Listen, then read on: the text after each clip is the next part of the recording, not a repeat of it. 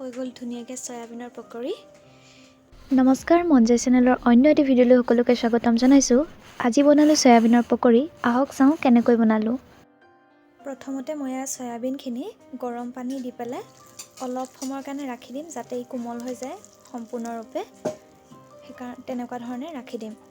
সয়াবিনৰ পকৰি বনাবলৈ যাওঁতে মোক লাগিব দুটা পিঁয়াজ, এটা আলু, আদা নহৰু জলকীয়া দুটা কাটি লৈছোঁ মই, আৰু ধনিয়া পাত এইখিনি কাটি লৈছোঁ। তাৰ উপৰিও লাগিব আমাক বেচনৰ পেকেট এটা। গোটেই বেচনটো নালাগে, তাতে অলপ অলপকৈ দি পেলাই আমি কৰিব লাগিব। আৰু এইফালে আমাৰ ধুনীয়াকৈ সয়াবিনখিনি একদম কোমলি আছে, মানে পানীটো পূৰা ভিজি আছে, কোমল হৈ গৈছে। এতিয়া এইখিনি ভালছে ধুই ল'ম, আৰু ধুই লোৱাৰ পাছত আপোনালোকক কেনেকৈ বনাওঁ দেখাম, আপোনালোকে চাই থাকিব।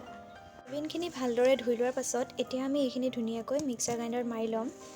মই আদা নহৰু জলকীয়াকেইটাও দি দিছোঁ, যাতে ভালদৰে মিক্স আপ হৈ যায়, তেতিয়া খাবলৈ সোৱাদ হ'ব। আৰু ইয়াতে কোনো পানী এড নকৰোঁ, যিহেতু অলৰেডি সয়াবিনখিনি পানীত কোমলিয়ে আছে, গতিকে পানী এড কৰিব নালাগে, নহ'লে পানী হৈ যাব। গ্ৰাইণ্ডাৰত এয়া সয়াবিনখিনি পিচি ল'লোঁ। তাৰপিছত ইয়াতে মই এতিয়া আলুখিনি, যিখিনি মই ৰুকি লৈছিলোঁ ৰুকনিত, আৰু সেইখিনি, তাৰপিছত আপোনাৰ এয়া জলকীয়া গুড়ি আৰু ধনিয়া পিঁয়াজ এই গোটেইখিনি মিক্স আপ কৰি মই সানি ল'ম।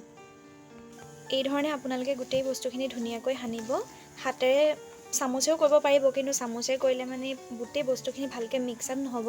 সেইকাৰণে আপোনালোকে হাতেৰে মিক্স আপ কৰিব, তেতিয়া আপোনালোকৰ বস্তুখিনি খাবলৈ সোৱাদ হ'ব। এতিয়া ইয়াতে মই বেচনৰ গুড়ি অলপ অলপকৈ দি এনেকৈ সানি যাম, যাতে ধুনীয়াকৈ মুঠি পকৰিৰ দৰে ডিজাইনত আমি ৰাখিব পাৰোঁ। কাৰণ অকল সয়াবিনেৰে গোটেই বস্তুখিনি নহ'ব, সেইধৰণে গোটেইখিনি মিক্স আপ কৰি থাকিব লাগিব। আপোনালোকে বেচনৰ উপৰি কৰ্ণফ্ল'ৰো দিব পাৰে। তো কৰ্ণফ্ল'ৰ নাথাকিলে আপোনালোকে বেচন দিব, যিহেতু আমাৰ নাছিলে, সেইকাৰণে মই ইয়াতে বেচন দি পেলাই বনাইছোঁ। এই ধৰণে যেতিয়া আপোনালোকৰ এইটো লাডুটো হৈ যাব, পকৰি ডিজাইনত এনেকৈ মুঠি মাৰিব পাৰিব, তেতিয়া আপোনালোকে বেচন আৰু দিব নালাগে, ৰাখি দিব। আৰু এতিয়া আমি ইয়াতে জোখ অনুযায়ী নিমখ দিম। এয়া নিমখ দিছোঁ, এয়া হালধি দিছোঁ ধুনীয়াকৈ, অকণমান জনি গুড়ি দিছোঁ, পিচি থোৱা আছিলে, সেইকাৰণে অকণমান দিছোঁ টেষ্টৰ কাৰণে। ইয়াতে আৰু দিছোঁ মই চাট মছলা, মিট মছলা। গোটেইখিনি ভালদৰে মিক্স আপ কৰি একদম ভালকৈ সানি ল'ম। আৰু সানি লোৱাৰ পাছত আপোনালোকে আলু চপ বনাবৰ কাৰণে বা পকৰি বনাবৰ কাৰণে যি ধৰণে ৰাখে, সেইটো ধৰণে মুঠিয়ে কৰি ৰাখি যাব। আৰু ধুনীয়াকৈ আমাৰ ৰেডি হৈ গ'ল। আৰু মই পকৰি ষ্টেপত যদিও ৰাখিছোঁ, অলপ চেপেটা কৰি দিছোঁ, কাৰণ ইয়াতে আমাৰ আলু আৰু সয়াবিনটো কেঁচাকৈ আছে, গতিকে সিজোতে অকণমান টাইম লাগিব, নহ'লে কেঁচা হৈ থাকিব। সেইকাৰণে আমি ধুনীয়াকৈ চেপেটা কৰি অকণমান পাতলকৈ দিছোঁ। কেৰাহীত এয়া পূৰা তেল গৰম হৈ আছে, ইয়াতে আমি এটা এটাকৈ দি ভাজি গৈ থাকিম।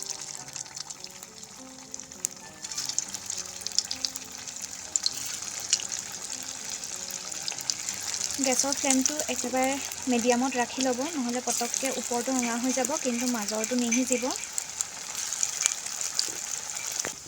এই ধৰণে আপোনালোকে মাজে এনেকৈ লৰাই থাকক গোটেইকেইটা।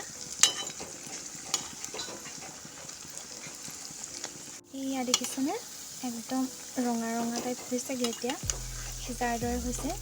5 মিনিটমান আমি এইদৰে ৰখাৰ পাছত আমি ধুনীয়াকৈ গোটেইখিনি নমাই দিম, আৰু তাৰপিছত আপোনালোকক দেখুৱাম সিজিছে নাই সিজা, খাবলৈ কেনেকুৱা হয়।